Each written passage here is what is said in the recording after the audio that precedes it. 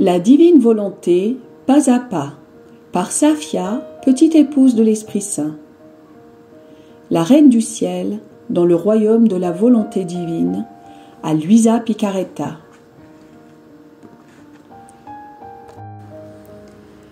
Prière quotidienne à la Reine céleste. Au nom du Père qui m'a créé, et du Fils qui m'a racheté, et du Saint-Esprit qui me sanctifie. Amen. Fiat voluntas tua. Reine immaculée, ô céleste maman, en ce mois qui t'est consacré, je me place sur tes genoux maternels, m'abandonnant entre tes bras comme ton enfant chéri, et te demandant avec véhémence la plus grande de toutes les grâces, celle que tu m'admettes à vivre dans le royaume de la divine volonté. Sainte Maman, toi qui es la reine de ce royaume, permets que je vive en tant que ton enfant, que ce royaume soit rempli de tes enfants. Je me confie à toi afin que tu y guides mes pas et que, soutenu par ta main maternelle, tout mon être vive constamment dans la divine volonté. Tu seras ma maman. À toi, ma maman, je confie ma volonté pour que tu l'échanges contre celle de Dieu et qu'ainsi je sois assurée de ne jamais quitter cette divine volonté. Je te prie de m'éclairer afin que je comprenne bien ce qu'est la divine volonté. Amen. Je te salue Marie très pure, conçue sans péché.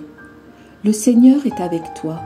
Tu es bénie entre toutes les femmes, et Jésus, le fruit de tes entrailles, est béni. Sainte Marie, Mère de Dieu, co-rédemptrice du monde, Mère et Reine de la divine volonté, Immaculée Conception, Mère des vivants et de l'Église, prie pour nous pécheurs de toutes les générations, et veuille répandre l'effet de grâce de ta flamme d'amour à toute l'humanité, maintenant et à l'heure de notre mort. Amen. 7e jour. La Reine du Ciel, dans le royaume de la divine volonté, reçoit le sceptre de commande. La très sainte Trinité en fait sa secrétaire. L'âme à sa Reine immaculée. Souveraine maman, vois ta fille prosternée à tes pieds, et qui ne peut vivre sans toi. Même si aujourd'hui tu viens à moi avec ton sceptre de commande et ta couronne royale, tu es quand même ma maman. Toute tremblante, je me jette dans tes bras pour que tu soignes les blessures que j'ai faites à mon âme en faisant ma propre volonté. Écoute, ma souveraine maman, si tu n'opères pas un prodige et ne prends pas ton sceptre de commande pour me guider dans tous mes actes et empêcher ma volonté de commander en moi, je ne parviendrai jamais à établir ma vie dans le royaume de la divine volonté. Leçon de la Reine du Ciel. Ma très chère fille, viens dans les bras de ta maman et sois bien attentive. Je vais te parler des prodiges inouïs que la divine volonté a accomplis en ta céleste maman. Les 6 pas faits en moi par la divinité et décrits plus haut correspondent aux 6 jours de la création. À chacun des jours de la création, Dieu prononça un fiat. C'était comme s'il franchissait une étape à chaque fois. Au 6e jour, il franchit la dernière étape en disant « Fiat, faisons l'homme à notre image et à notre ressemblance ». Le 7e jour, il se reposa de ses travaux comme pour contempler tout ce qu'il avait créé avec tant de magnificence. En regardant son travail, il dit « Mes travaux sont d'une merveilleuse beauté, tout y est parfait, ordonné et harmonieux. » Regardant l'homme, il dit dans l'ardeur de son amour « Ce que j'ai fait de plus magnifique, c'est l'homme. Il est le chef-d'œuvre, la couronne de toutes mes œuvres. » Ma conception surpassa tous les prodiges de la création. Et c'est ainsi que le Créateur voulut que le fiat qu'il prononça sur moi se fasse en 6 étapes, comme pour l'ensemble de la création. Au moment où je pris possession du royaume de la divine volonté, les étapes en moi prirent fin et commença dans mon âme la vie complète de la divine volonté. Oh, À quelle divine hauteur le Très-Haut me plaça. Les cieux ne pouvaient ni m'atteindre, ni me contenir. La lumière du soleil était petite devant la mienne. Aucune chose créée ne pouvait me dépasser. Je nageais dans les océans divins, comme s'ils étaient miens. Le Père Céleste, le Fils et le Saint-Esprit aimaient ardemment me tenir dans leurs bras pour chérir leur petite fille. Quel bonheur pour eux de constater que je les aimais, les priais et les adorais à partir de la divine volonté qui se trouvait dans le centre de mon âme.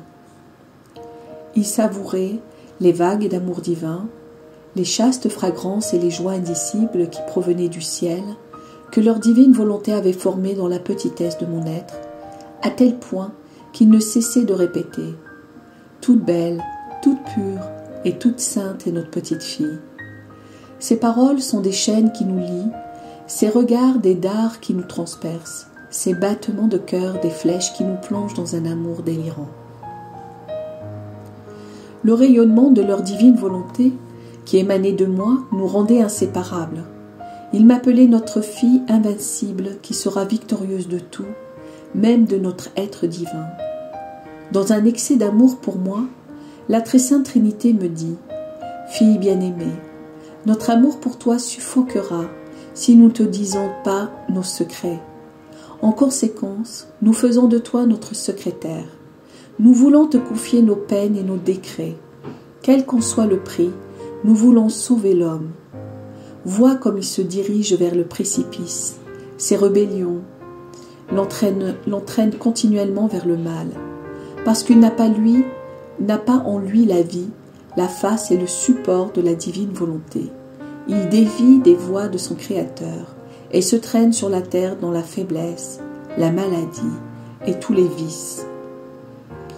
Il n'y a pas d'autre moyen de le sauver que par la descente sur la terre du Verbe éternel qui prendra son apparence humaine avec ses misères et ses péchés. Le Verbe éternel deviendra son frère, le conquérera à force d'amour et de souffrance. Il lui donnera tellement de confiance qu'il le ramènera dans nos bras paternels. Oh, comme le sort de l'homme nous afflige. Notre peine est immense et nous ne pouvons confier la tâche à personne d'autre.